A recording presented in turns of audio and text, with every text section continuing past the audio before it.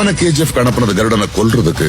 ஆனா அவன் போனது கேஜிஎஃப் ஆள்றதுக்கு. அதுக்கு முதல்ல கருடனை கொல்லணும், காட்ஸ் கிட்ட இருந்து தப்பிக்கணும், எல்லாத்த விட முக்கியமா ஜனங்களை தன் பக்கம் இழுக்கும்.